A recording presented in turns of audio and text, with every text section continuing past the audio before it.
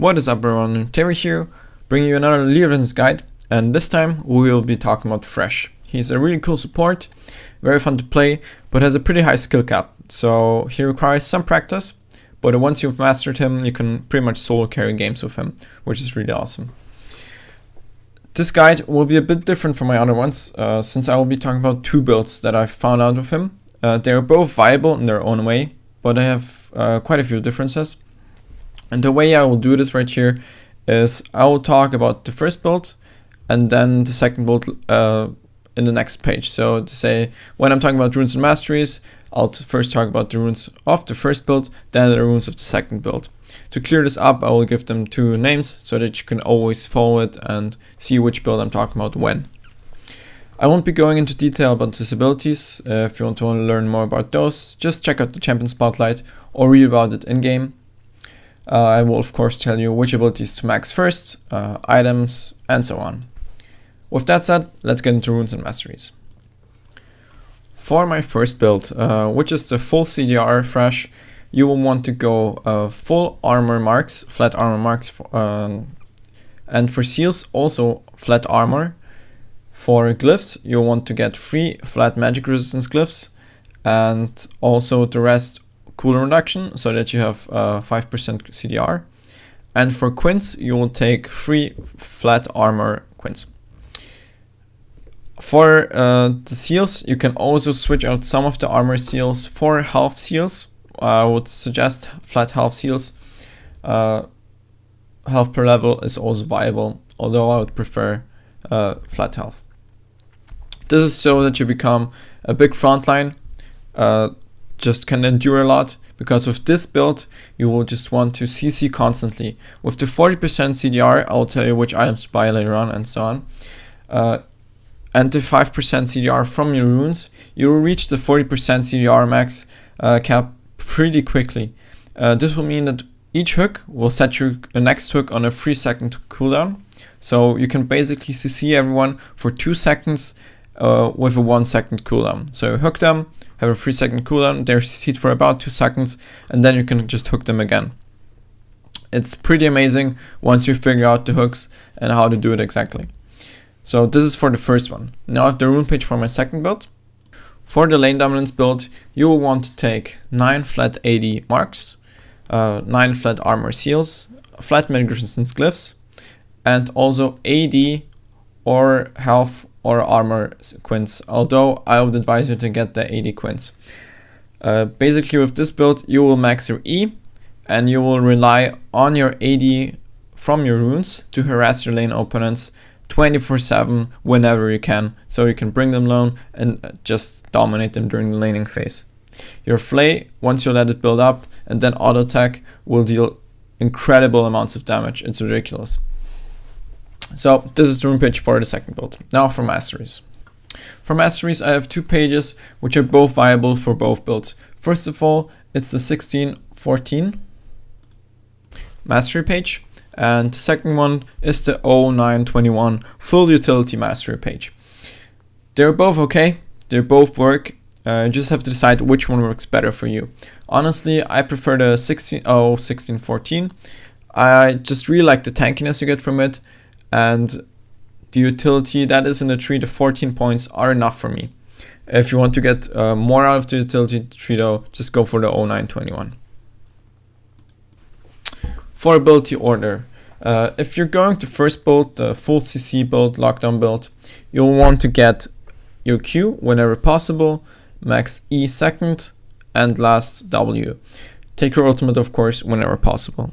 For a second build, the lane dominance build, you will want to take your ultimate whenever possible, but max your E first, then your Q, then your W. It's a slight difference, but it's pretty important if you're playing the different builds. For summoner spells, of course, you'll want to take Flash and Exhaust if you're playing more defensive and want more peel. For your AD carry, in case you're playing against a lot of assassins. If you want to be more aggressive though, and get more kills in your lane, just go for the Ignite instead of the Exhaust. Alright, item builds for the 2 builds. So, support items, itemization is in general very similar every game. For the two builds though, there are some items that are essential to play the build to its full potential. Wow, I didn't do that on purpose actually.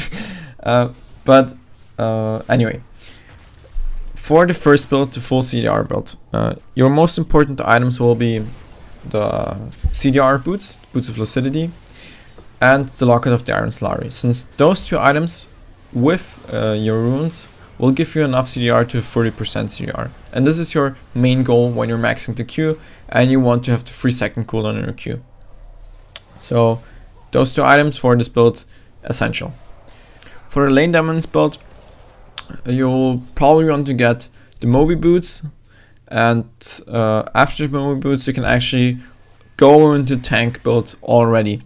After the Sightstone, of course, which is essential for both builds. But then you can of course go into Renwins and you can skip the Locket of the Iron Slary if they don't have an AP heavy team or you feel like your team would need the shields. So that's a decision you should make. But in general, you are able to go into more tanky builds with Sunfire, Renwins and so on after that. The problem with the first build is that you lack the Moby boots, since roaming support has become something so important in professional play because it allows you to roam around the map, put down maps, clear wards, put down maps, what did I just say? Put down wards, of course, sorry, and clear wards, of course, and also get back into lane much quicker. But it's a fun build and it works for me, honestly, so I really like that. But for the second build, you can go for the Mobile Boots, since you don't really need the CDR. Because you're maxing your E and want to have more lane dominance. For the next question for both builds, there are 3 support items that you can start with. On Thresh you can actually do different starts, but first of all let's clear this up. There's Face of the Mountain and Talisman of Ascension. Talisman of Ascension in general is a really good item in my opinion. It's like the old Shurelya's Reverie, which was just amazing on junglers, and I love this item to death. But unfortunately it doesn't work that well in most lane matchups, and it's also much weaker than Face of the Mountain in my opinion. Because Face of the Mountain in hard matchups allows you to basically heal your AD carry. If you're not doing anything, you're at least giving him bonus gold and you're healing him with your stacks. When you're going Ancient Coin, you can't quite do that, unfortunately. You only get the effect once you build it out. And with Face of the Mountain or whatever, the Target's Brace or whatever it's called, you already have some utility during laning phase. So whatever build you're going of those two, I would advise you to go for Targon's Brace, or unless you're saying that you're going to completely dominate your lane and stomp it, and you don't need the bonus heal from Face of the Mountain. Then you can go for Coin, but in general, I would always advise you to go for Face of the Mountain. The shield is amazing, it makes you much tankier, and I think Thresh should be played as a bit of a frontline engage tank, CC thingy. And yeah, that's my viewpoint on that. If you want the effect from Shurelya's or Ancient Coin, you can always build Righteous Glory. It's an excellent item that has been added in Season 5 here, or yeah, pre-season. And it's pretty good on supports actually. It takes some time till you have it done, but you have this great effect with the bonus engage, anti-slow, and tankiness. So that's pretty cool. For items to finish it up, the 2 builds, after you have those essential items that I've talked about, you can basically just make your own build depending on the enemy team. If you're saying that you need more tankiness and some damage, just go for the Sunfire.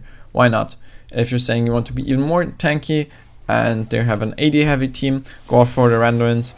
If you're saying they have some kind of CC that you need to cleanse from AD carry or from other teammates, go for the Mikaels. It's also a great item on Thresh.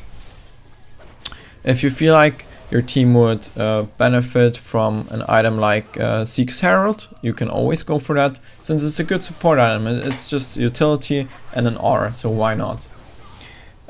Frozen Heart is not that good in the first build, since you will already have the full CDR with Locket plus Lucidity boots, but in the second build, why not? It's a great aura, gives you some CDR, so that works too. The reason why it's so hard for me to tell you one single build that you should build every game is that there basically is none. If you're looking at guides, and it doesn't matter if it's my guide or something you read on LoL King or whatever, just every time you play against an enemy team, try to adapt. It's what I'm saying in nearly every one of my videos. Just really look at the enemy team. If they have a full AP comp and the guide tells you to build a Renon's Omen, well, I don't know. Maybe there's something else you could build, like a Spirit Visage or a Locket or something like that. If they have a full AD team, well, maybe you don't need that bonus magic resistance. Just stuff like that. So, depending on your team, build the items that you need. That's basically what I'm saying. So after I've been rambling on about items for 5 minutes, let's finally get into tips and tricks and some cool things you can do with Thresh. Thresh tip number 1 is the Lantern Jungle Bait. Basically, what you can do is, if you're getting pushed in and you have the feeling that your AD carry has some trouble farming and you won't be needing the Lantern in the next few, let's say 15 seconds, you can throw your Lantern behind yourself and basically tell the enemy laners, hey, my jungler is here, even though he's not really here. You can basically outplay them in the sense that you make them think that your jungler is coming and he's gonna take the Lantern and they have to back off. And in most situations you will see them, okay, goddammit, he threw the Lantern behind himself. This means that his jungler is coming, we have to back off. And this might give your AD carry a few seconds of space so that you can get those CS before they get killed by the turret. It's a small thing, but it can really help you during laning phase. Number 2, especially with Thresh, and especially with the second build, the lane dominance build, please auto tag when you're supporting during laning phase. In the lane, help your AD carry with the traits, not just with your spells, but also with your auto tags. Especially if you have the AD in your runes. You will win much more traits, you can harass AD carries. To Thresh AD bonus from his E, the damage bonus, once it's loaded up, just kill them. Just go in, auto attack them once, and you will take a big chunk of their life out of them. So this is very important during every single trait and just for harass. Thresh has an amazing auto attack animation, which makes it very nice, and it's very smooth. So, and has big range. So you can just go ahead and just do that constantly to annoy them. Of course, one thing you have to remember is to manage creep aggro, but as you're supporting, that shouldn't be too much of a problem. Tip number 3, do not throw your Lantern on your teammates. It's much better if you throw the Lantern, for example, if they're escaping and they're running from someone, throw the Lantern a bit in front of them so that they can pick it up much easier and that the enemy can't stand on it. Since it's pretty easy now, since they've patched it, to block people from clicking on the Lantern. So you can just throw it a bit further away from the enemy and a bit further from your friends, so that you can have an easier time to click on it. It's much easier to click on it if it's in front of you than if it's underneath you. At least that's how I feel, and I've seen it blocked countless of times when people were just throwing it into 4 people and they can click on the Lantern then. Tip number 4, this is a much more general tip, but I think it's pretty important and overseen by a lot of people. Especially once you pick up your Sightstone and have 3 wards, you don't need your yellow trinket. Just sell it and get the red one. The red trinket, the lens, is so strong, has so much value, and you should honestly pick it up. Especially, the latest point you should pick it up is once you have your Sightstone, and you should do the upgrade as soon as possible. The one for 475 gold. The cooldown is reduced by a lot, and the effect, the Oracle's effect, is just incredible, especially when you have Moby boots. So just remember that. And also, when you're playing other lanes, this is something a bit different from Thresh, but whatever lane you're playing, red trinket, very important, pick it up, don't forget that. Tip number 5, when you're playing solo queue, one thing you can do is when you have targets and brace stacks, you can just ping on the creeps that you're going to take, so that your AD carry will know, okay, my support is taking this creep now, I don't have to auto attack it, he wants to take the stack from his relic shield. So it's just a small thing, but it helps a bit in solo queue. Tip number 6, you don't have to face check bushes with Thresh, even if you don't have wards, since your W gives you sight of brushes, so you can abuse that. Tip number 7, you don't always have to hook first, you can sometimes flay first. Basically, when you're getting into melee range of an enemy champion, you can flay them first, back to you, and then they will be slowed, and it will be much easier to hit the hook.